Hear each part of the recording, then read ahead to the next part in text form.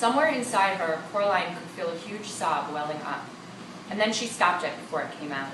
She took a deep breath and let it go. She put out her hands to touch the space in which she was imprisoned.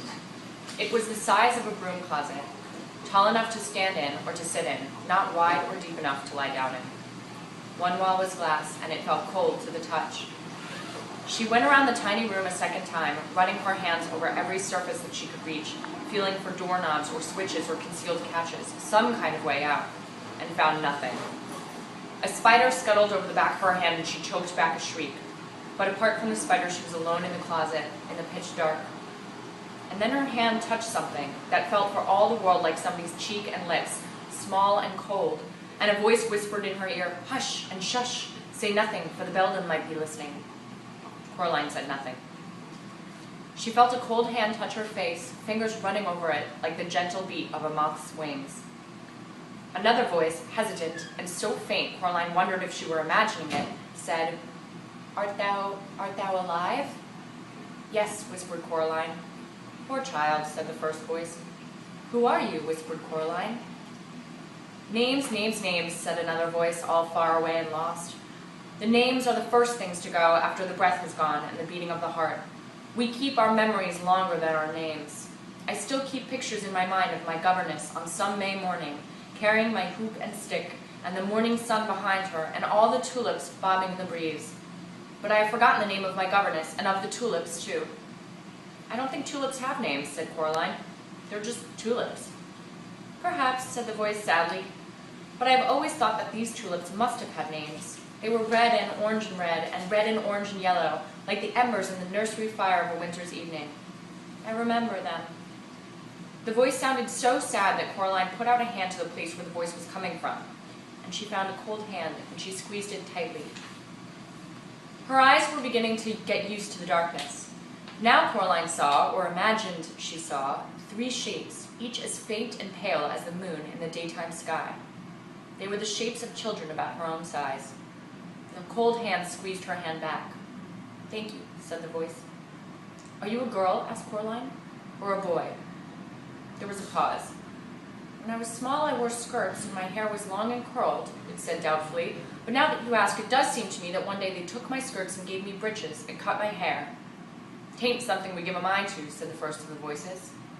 "A boy, perhaps, then," continued the one whose hand she was holding. "I believe I was once a boy." And it glowed a little more brightly in the darkness of the room behind the mirror. "What happened to you all?" asked Coraline. "How did you come here?" "She left us here," said one of the voices. "She stole our hearts, and she stole our souls, and she took our lives away, and she left us here, and she forgot about us in the dark." "You poor thing," said Coraline. "How long have you been here?" "So very long a time," said a voice. "Aye, time beyond reckoning," said another voice. "I walked through the scullery door," said the voice of the one that thought it might be a boy, "and I found myself back in the parlor. But she was waiting for me. She told me she was my other mamma, but I never saw my true mamma again." "Flee," said the very first of the voices, another girl, Coraline fancied. "Flee while there's still air in your lungs and blood in your veins and warmth in your heart. Flee while you still have your mind and your soul." "I'm not running away," said Coraline. "She has my parents. I came to get them back." "Ah, but she'll keep you here while the days turn to dust and the leaves fall and the years pass one after the next like the tick-tick-ticking of a clock." "No," said Coraline, "she won't." There was silence then in the room behind the mirror. "Peradventure," said a voice in the darkness, "if you could win your mamma and your papa back from beldam, you could also win free our souls." "Has she taken them?" asked Coraline, shocked. "Aye, and hidden them. That is why we cannot leave here when we died. She kept us and she fed on us. Until now we've got nothing left of ourselves, only snake skins and spider husks. Find our secret hearts, young mistress." "And what will happen to you if I do?" asked Coraline. The voices said nothing. "And what is she going to do to me?" she said. The pale figures pulsed faintly. She could imagine that they were nothing more than after-images, like the glow left by a bright light in your eyes after the lights go out. "It doth not hurt," whispered one faint voice. "She will take your life and all you are and all you cares for, and she will leave you with nothing but mist and fog. She'll take your joy, and one day you'll awake and your heart and your soul will be gone. A husk you'll be, a wisp you'll be, and a thing no more than a dream on waking, or a memory of something forgotten. Hollow, whispered the third voice. Hollow, hollow, hollow, hollow. You must flee, sighed a voice faintly. I don't think so, said Coraline. I tried running away and it didn't work. She just took my parents. Can you tell me how to get out of this room? If we knew, then we would tell you. Poor thing, said Coraline to herself. She sat down. She took off her sweater and rolled it up and put it behind her head as a pillow. She won't keep me in the dark forever, said Coraline. She brought me here to play games.